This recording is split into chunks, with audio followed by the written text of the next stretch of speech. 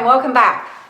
This is actually part 3 of a multi-part series on getting faster. If you have not seen part 1 and part 2, I'll put the links to those videos in the description below.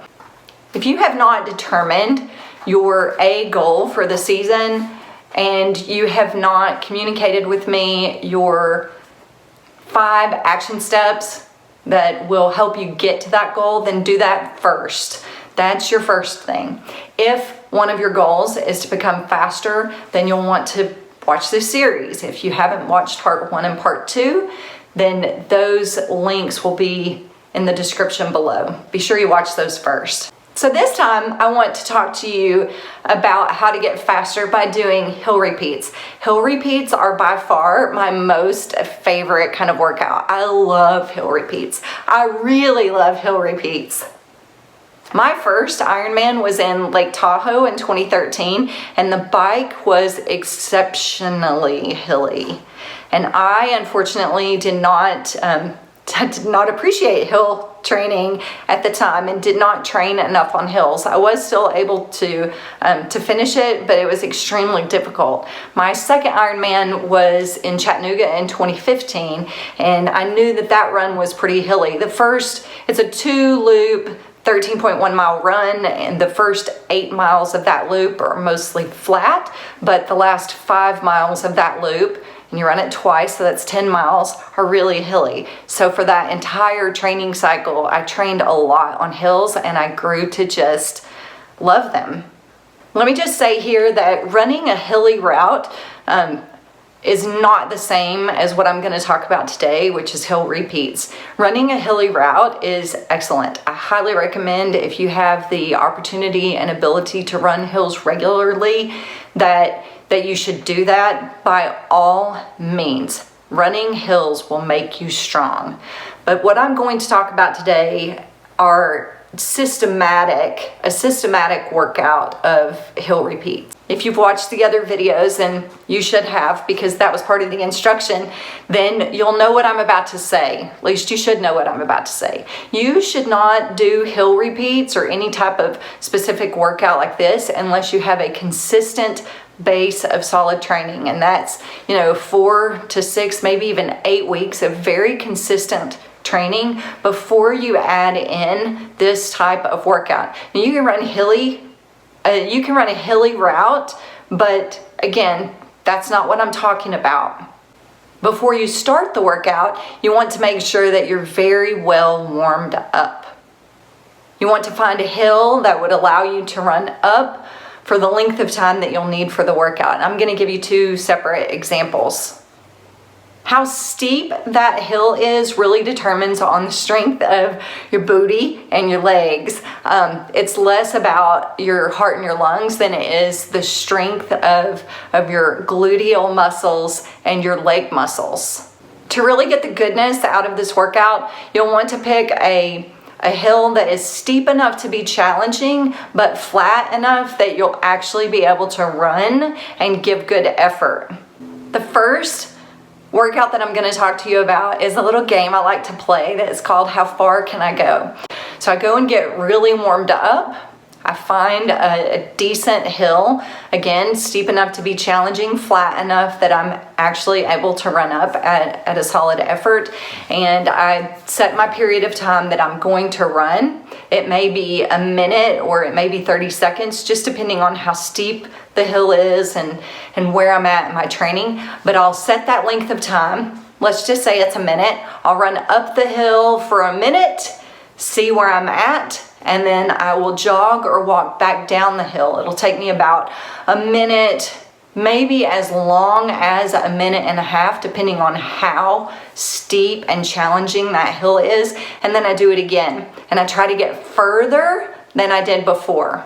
I have a hill that I really like to do this workout on, and it's got several different trees along the way. One of them is a really thick tree, one of them is a tree stump, one of them has a little triangle nailed to it, and so I just look at those trees along the way, or I might look at a mark in the road or a mailbox, or if I'm going somewhere that doesn't have anything to identify how far I've gone, then I might take some pennies with me and drop a penny, and that's how far it went the first time.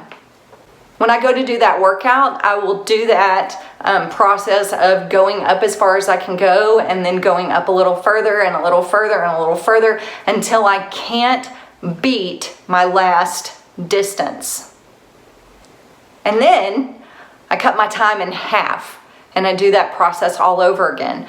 So if I've been doing 60-second repeats, then I'll cut that down and do 30-second repeats and play that game all over again. Run up as hard as I can for 30 seconds, come back down 30 to 45 seconds, and then go back up further than what I went before until I can't go further than I went the last time for 2 rounds. For a first hill workout, you might do 2 or 3 60-second repeats and then 2 or 3 30-second repeats. If you can't find a hill that's steep enough but it's longer, then you can go a little bit longer. Or if you're very new to hill training and you've never done hill repeats before, then start with a 30-second repeat and a 15-second repeat. Or you could find a hill that's not very steep and you're just going out to see exactly how it feels and exactly what to do. Now, I want to time out and say you can really get hurt running hill repeats. You can get hurt running up too hard. You can get hurt running downhill. So you really need to be careful. I cannot stress it enough. You need to have a solid base of consistent training before you attempt hill repeats. And you don't need to try to go out and kill yourself on the first hill workout. You want to ease into it. It's okay to give less than what you're capable of in a workout because that gives you information. If you get done with a workout and you feel like, I didn't even really feel like I worked out, and the next day you wake up and you're like, I'm not even tired, I don't even feel like I worked out, then you'll know I can give more next time. That gives you information and it's not a failure and it's not a waste of time. It's important that you don't overdo it. Remember, we talked about overload. You don't want to put too much overload on your body at one time without enough rest and recovery. That's what gets you injured. Another hill workout that I really love, and I think it's my personal favorite, is a little bit more complicated. So for that, I'm going to get the whiteboard. So you're going to find a hill that has a flat base.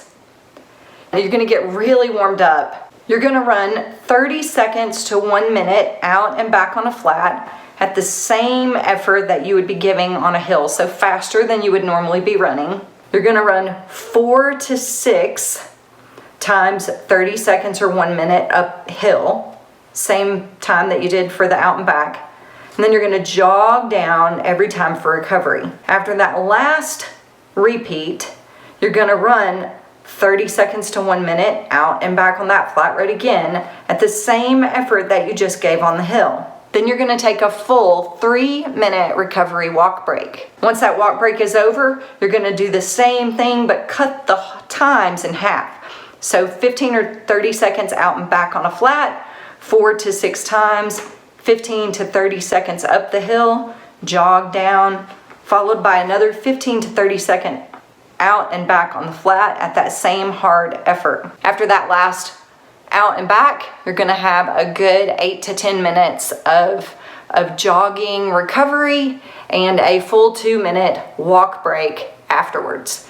It's really important to stretch. After hill repeats, you're going to stretch your glutes, you're going to stretch your calves, you're going to stretch the front part of your leg. I'll have to cover stretching in another video.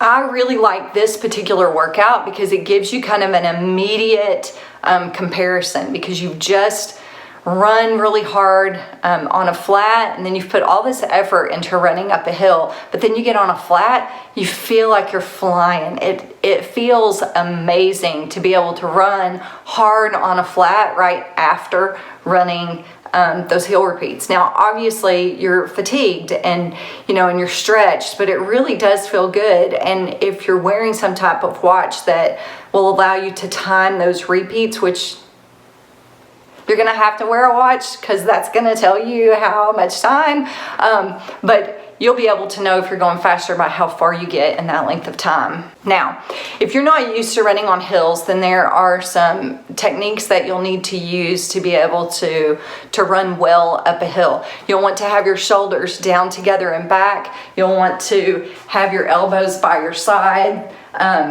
You'll want to focus on pulling the elbows back versus reaching ahead. You do not want to bend at the waist, or you know, you don't want to bend over. You want to hold your chest, I say loud and proud. You really want to open up your chest, pull your shoulders back and relax them.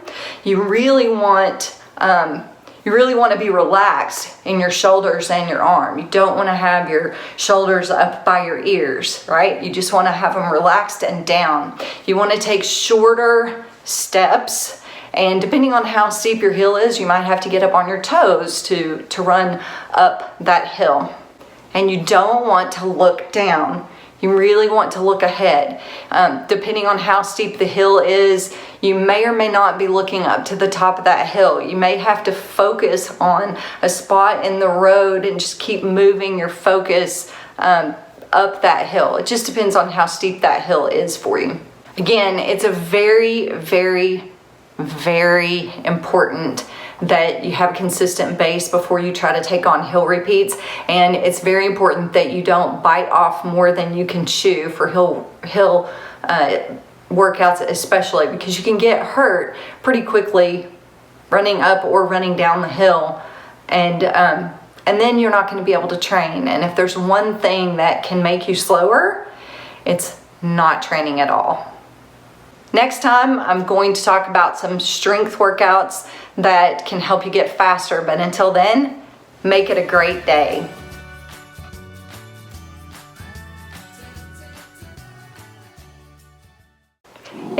No, stop growling.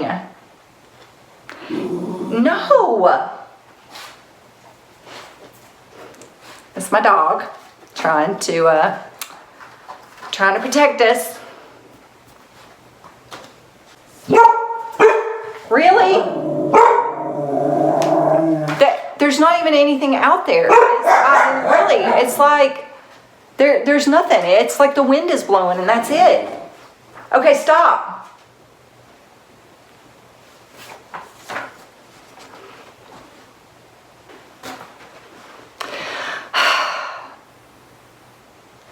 To really get the goodness out of this workout, you want to make sure that the hill is steep enough to be challenging, but what's the opposite of steep? Oh gosh.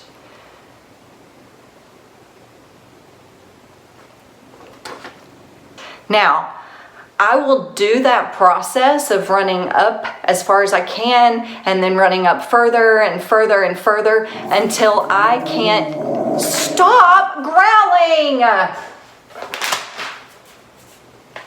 The neighbor went outside to check his mail.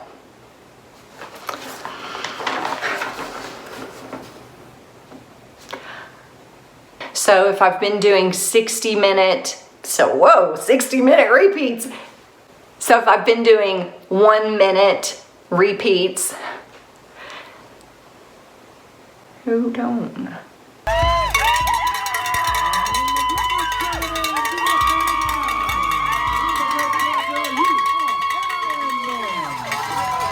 Dana, the Bardell, Dana, you're an Iron